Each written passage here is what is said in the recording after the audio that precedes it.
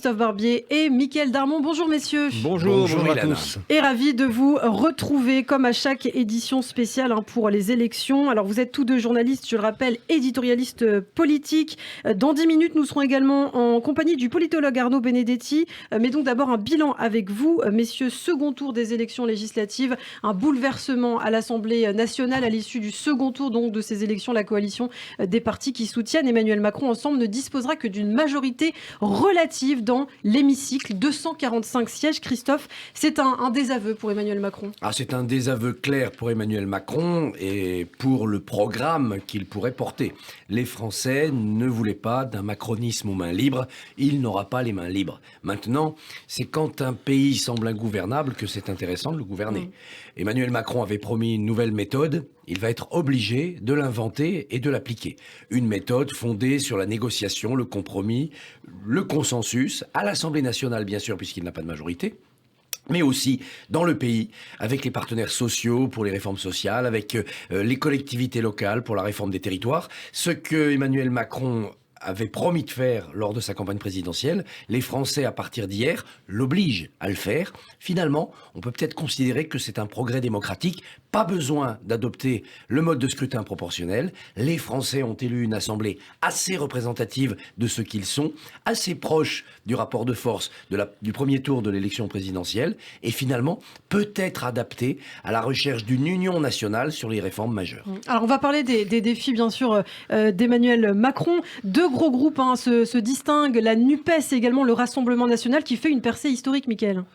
Oui, qui fait une percée historique, mais en trompe-l'œil, c'est-à-dire qu'effectivement, l'alliance électorale que constitue la NUP obtient effectivement un score important, et peut être considéré comme le premier groupe d'opposition à Emmanuel Macron et à Ensemble, mais il s'avère qu'en réalité, c'est le RN qui est le premier parti d'opposition quand on fait le décompte parti par parti, puisque le RN obtient plus de députés que la France insoumise. Donc de ce point de vue-là, c'est la véritable, je dirais, nouveauté. C'est l'aspect le plus inédit de cette élection, et l'entrée en force dont on avait déjà signalé plusieurs fois la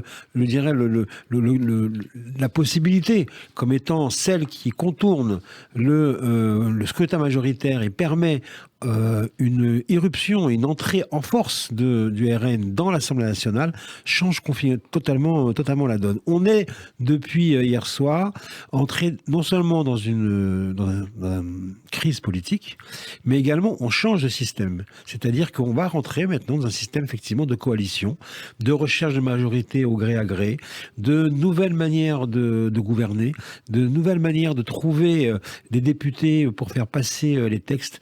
Et de ce point de vue-là, eh bien, c'est une difficulté absolument inédite pour un Emmanuel Macron qui avait l'habitude de gouverner de manière verticale, d'avoir un groupe au garde à vous, d'avoir la possibilité de faire passer des textes en urgence.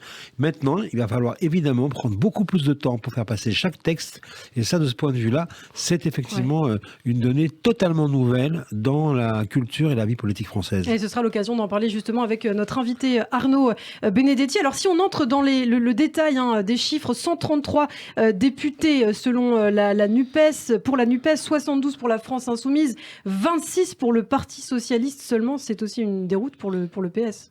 Oui, on voit bien qu'effectivement le Parti socialiste, qui quand même réussit à sauver quelques sièges avec cette participation partielle à cette action, à cette organisation électorale, à ce cartel électoral, eh bien, réussit à sauver les meubles. Mais on va voir également que ceux qui n'ont pas voulu aujourd'hui participer à la NUP vont peut-être avoir un rôle nouveau, parce qu'ils vont certainement être maintenant force d'attraction de la part du gouvernement pour pouvoir rejoindre la majorité. Donc, ce qu'on apprenait déjà dès hier soir en parlant avec des proches d'Emmanuel Macron, c'est que depuis quelques jours déjà, il y a des négociations qui ont été entamées avec des députés pour pouvoir passer des accords, éventuellement avec un groupe. On conseille aux socialistes non NUP de s'organiser de manière à pouvoir faire l'objet également de tractations et d'accords. Une fois de plus, on le voit bien, on arrive dans une période totalement inédite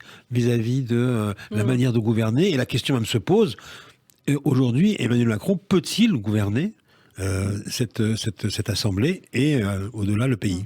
Et également à la place des LR, les LR qui sauvent les meubles quand même avec à peu près 70 députés, c'est ça Christophe? Avec une grosse soixantaine de députés, et ce qui devrait apparaître comme une défaite, parce que c'est un recul par rapport à la plus d'une centaine de sièges qu'ils avaient, eh bien ça apparaît aujourd'hui comme une victoire, parce qu'ils deviennent essentiels à l'adoption des textes. C'est-à-dire que si Emmanuel Macron veut faire passer des textes, et notamment des textes de réforme des retraites, de réforme de la sécurité sociale, de rééquilibrage des comptes publics, c'est vers sa droite qu'il va devoir se tourner. Autant pour la planification écologique et quelques textes sociétaux, il peut aller chercher des socialistes, des dissidents de la NUPES, des écologistes, autant pour l'essentiel des réformes dont on a parlé pendant la présidentielle, c'est uniquement avec les élus LR que le président de la République pourra espérer avoir une majorité. Cela donne une force considérable à LR. D'autant plus que LR a quand même à côté de soi, désormais, 90 députés RN. La droite dominante dans le cartel des droites, c'est le RN. Donc, les LR ont tout intérêt à travailler avec la majorité pour essayer de montrer qu'ils sont les mieux placés par leurs compétences pour réformer le pays. Sinon, ça sera un choc des populismes. Michaël Darmon. Mais en fait, c'est le paradoxe de cette élection. C'est-à-dire que le vote, la poussée électorale à gauche renforce la droite. Et pousse Macron vers la droite. Exactement. Et c'est la raison pour laquelle hier, lorsqu'on écoutait la déclaration de Jean-Luc Mélenchon, on voyait bien à quel point son talent lui a permis de contourner sa difficulté électorale. Parce que il n'était pas question de sa victoire hier soir. Il était question de la victoire de l'objectif politique qui consistait à défaire le président en place. Donc de ce point de vue-là, il a bien compris que lui-même n'a pas réussi effectivement son objectif politique, parce que le résultat, c'est que personne ne parle d'une possibilité de gouverner avec la gauche. Aujourd'hui, on ne parle effectivement, on vient de l'entendre, que de pouvoir trouver une majorité avec des forces de droite. Le langage, on va dire, le discours officiel depuis hier soir de l'exécutif, c'est de dire avec toutes les forces qui voudront bien participer à l'avancée du pays. Mais enfin, derrière cette proposition-là, c'est-à-dire cette formulation prudente, il y a effectivement des démarches beaucoup plus prosaïques. Et il va y avoir effectivement des contacts avec des personnalités de droite pour pouvoir justement faire une majorité. Et on a compris aussi qu'à droite, déjà, il y aura un débat. On entend entre Christian Jacob et Jean-François Copé, par exemple, une profonde divergence. Christian Jacob rappelle que le LR sera dans l'opposition et ne veut passer aucun contrat avec Emmanuel Macron, tandis que Jean-François Copé rappelle que LR a vocation à gouverner et ne peut pas rester en dehors d'une possibilité de gouvernement, et donc appelle à ce qu'il y ait des accords ou des alliances, peut-être ponctuelles, ou sur d'autres ou même plus pérennes, avec l'exécutif quand il faut faire passer les textes. Michaël Darmon, vous restez avec nous. Christophe Barbier également dans quelques instants. Notre invité Arnaud Benedetti sera avec nous, mais d'abord l'essentiel de l'information, donc avec Christophe Darmon.